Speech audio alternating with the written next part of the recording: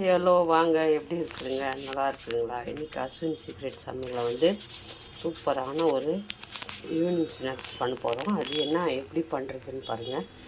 வெள்ளை குழிப்பணியாரம், வெள்ளையாக இருக்கும் இல்லையா, எதுவுமே போடாமல் நம்ம ஒரு குழிப்பணியாரம் ஒயிட்டாக இருக்கிற குழிப்பணியாரம் செய்ய போகிறோம். அது எப்படி செய்யுதுன்னு பார்க்கலாமா? பாருங்கள், நான் வந்து பச்சரிசி எடுத்து 4 மணி நேரம் ஒரு கப்பு ஊற வச்சுக்கிறேன். பச்சை அரிசி ஒரு கப்பு ஊற வச்சுக்கிறேன்.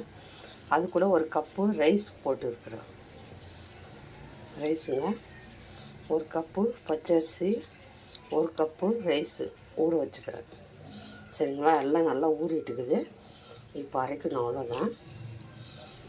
பாருங்கள், அது கூட நம்ம அவளுக்கு இது இல்லைங்களா, அதை நல்லா கழுவிடுங்க, வாஷ் பண்ணிவிடுங்க. நல்லா வாஷ் பண்ணிவிட்டு இதில் போட்டு அரைச்சிக்கணும். அவல் போட்டால் நம்ம குழிப்பணியாரம் வந்து சாப்பிட்டா வரும். பாருங்கள், நல்லா வந்து கழுவி வச்சுக்கிறேன். இது கூட போட்டு நான் ஜாரில் அரைக்க போகிறேன். அரைச்சி நம்ம வெள்ளை குழிப்பணியாரம் செய்யலாம். அவளும் இதில் போட்டேன். அவள், அரிசி, ரைஸ் பாருங்கள், ஜாரில் போட்டுக்கலாம்.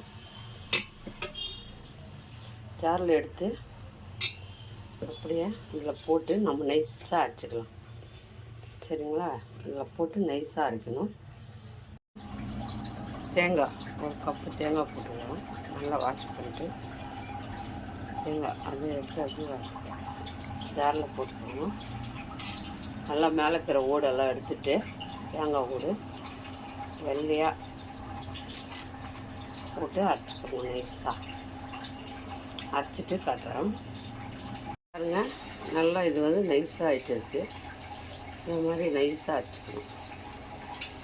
அப்போ தான் இது நல்லா புளிச்சிட்டு குழிப்பணியாரம் செய்கிறதுக்கு இந்த பாத்திரத்தில் இது மாவை ஊற்றிக்கணும்.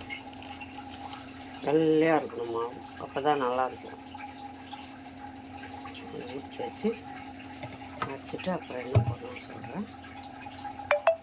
மாவு வந்து நைஸாக இந்த மாதிரி அரைச்சி ஊற்றியாச்சு. இதில் வந்து நம்ம இப்போ சால்ட்டு எவ்வளோ வேணுமோ அவ்வளோ சால்ட்டு போட்டுக்கோங்க.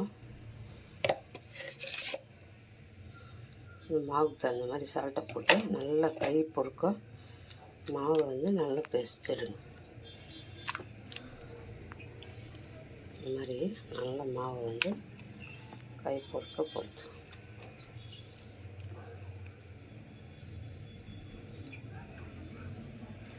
நல்லா பிசைஞ்சாச்சு.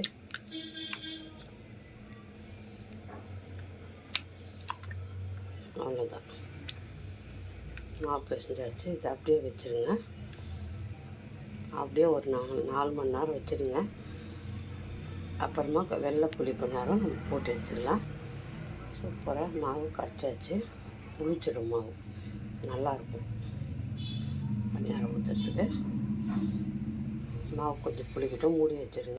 நம்ம நல்லா அரைச்சி வச்சுட்டோம். ஒரு 4 மணி நேரம் வச்சுருங்க. இல்லைன்னா நைட்டு அரைச்சிட்டு காலையில் செய்யலாம், ரொம்ப நல்லாயிருக்கும்.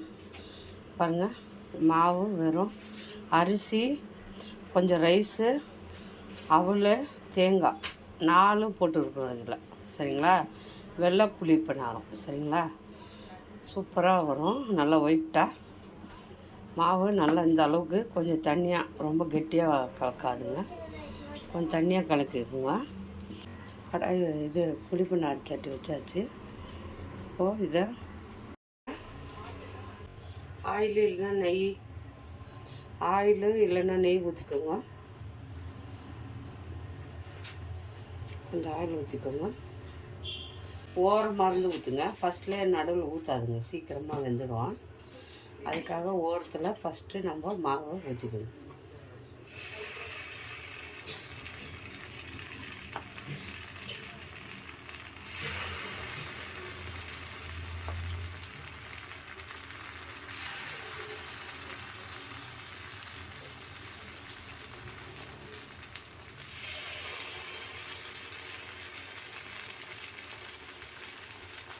நல்லா தேங்காயெல்லாம் போட்டுக்கிறதுனால நல்லா டேஸ்ட்டாக இருக்கும், ஒயிட்டாக இருக்கும்.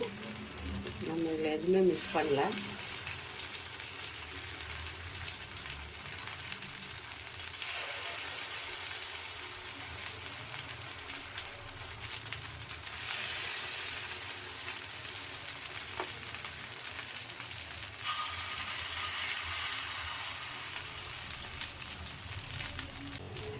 ஒரு 2 நிமிஷம் மூடிடலாம். 2 நிமிஷம் மூடிட்டு அப்புறமா போடணும். பாருங்கள், 5 நிமிஷம் வந்து க்ளோஸ் பண்ணி வைங்க, மூடி வைங்க. இப்போ எடுத்துடலாம் மூடிய. வந்துருக்கு. இப்போ திருப்பிக்கலாம். பண்ணு மாதிரி இருக்கும், சூப்பராக இருக்கும், டேஸ்டியாக.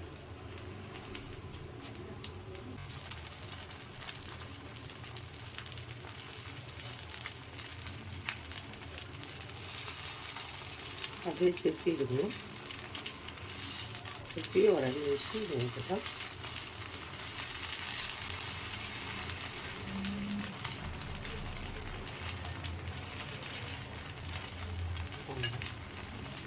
எல்லாம் ஒயிட்டாக வரும், உள்ளே எல்லாம் ஒயிட்டாக இருக்கும். நம்ம எதுவுமே போடல இல்லையா.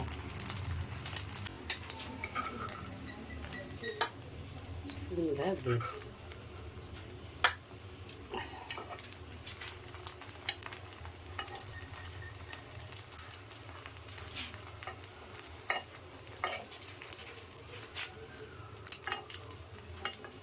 சாயங்காலம் ஈவினிங் ஸ்நாக்ஸாக இது காலைல பிரேக்ஃபாஸ்ட்டுக்கும் பண்ணி கொடுக்கலாம். ரொம்ப விரும்பி சாப்பிடுவாங்க பசங்க, சரிங்களா. ரொம்ப நல்லாயிருக்கும். எல்லாத்தையும் எடுத்து ஒரு தட்டில் வச்சுப்போம். இது கூட நல்லா ஒரு சட்னி பண்ணிவிட்டு சாப்பிட்டா அவ்வளோ அருமையாக இருக்கும். தேங்காய் சட்னியும் கடலை சட்னியும் கார சட்னியும் எதாக இருந்தாலும் ஓகே, நல்லாயிருக்கும். சூப்பராக வந்துருக்கு.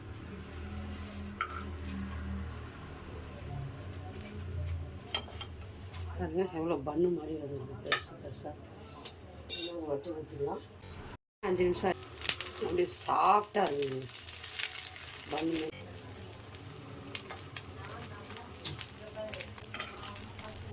பாருங்க எவ்வளோ சூப்பராக வந்தது.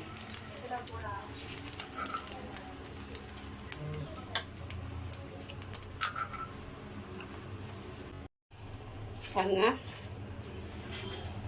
ரொம்ப சூப்பரான ஒரு வெள்ளை புளி பணியாரம் செஞ்சுட்டு பாருங்க. சூப்பரான வெள்ளை புளி பணியாரம், வெள்ளையாக இருக்குது பாருங்க, பண்ணு மாதிரி இருக்குது. அது எப்படி வந்துருக்குது பாருங்கள், எவ்வளோ சாஃப்டாக இருக்குது. தேங்காயெல்லாம் போட்டுருக்குறோம், ரொம்ப சூப்பராக வந்துருக்கு பாருங்கள். சட்னி தொட்டு அவ்வளோதாங்க. சூப்பரான டேஸ்டியான ஒரு புளி பணியாரம். வெறும் பச்சரிசி அப்படியே எவ்வளோ சாஃப்டாக இருப்பாங்க.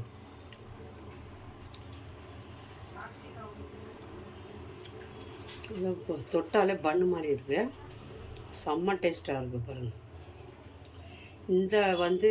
இந்த குழிப்பணியாரம் வந்து குழந்தைங்களுக்கு சாயங்காலம் ஈவினிங் பண்ணலாம், காலையில் பண்ணலாம். கஞ்சி குடிச்சிங்கன்னா ரொம்ப நல்லா சாப்பிடுவாங்க, ரொம்ப நல்லாயிருக்கும், டேஸ்டியாக இருக்கு. யார் யாருக்கு இந்த வெள்ளை குழிப்பணியாரம் பிடிச்சிருக்கோ லைக் பண்ணுங்கள், ஷேர் பண்ணுங்கள். அஸ்வினி சீக்ரெட் சமையலை சர்ப்ரைஸ் பண்ணுங்கள். இப்போ இன்னொரு டிஷ்ஷில் பார்ப்போம். சூப்பர் டேஸ்டியாக இருக்குதுங்க. செப்ரேட்டாக அரிசி ஊற வச்சு நம்ம இது சட்னி பண்ணோம்னா, இது செப்ரேட்டாக ஊற வச்சு நம்ம இது வெள்ளை பணியாரம் பண்ணோம். இட்லி மாவெல்லாம் இல்லை, வெறும் எதுவுமே கிடையாது. வெறும் பச்சரிசியும் அவல் கொஞ்சம் தேங்காய் கூட ரைஸ் கொஞ்சம் போடணும், அவ்வளோதாங்க. அது 4 தான் போட்டுக்கிறோம். அதுக்கு இவ்வளோ சாஃப்டாக வந்துருக்குது பாருங்கள். பண்ணு மாதிரி இருக்குது, பண்ணு மாதிரி இருக்குது பாருங்கள், இவ்வளோ சூப்பராக இருக்குது பாருங்கள். இந்த பணியாரம் புளி பணியாரம் இது வீட்டில் செய்யுங்க பாருங்கள். தட்டை காலி ஆகிடும், 1 நிமிஷத்துக்கெல்லாம் தட்டு காலி பண்ணிடுவாங்க. அவ்வளோ நல்லாயிருக்கு. கண்டிப்பாக வீட்டில் செஞ்சு ட்ரை பண்ணி பாருங்கள். நம்ம இன்னொரு டிஷ்ஷில் பார்ப்போம். தேங்க்யூ.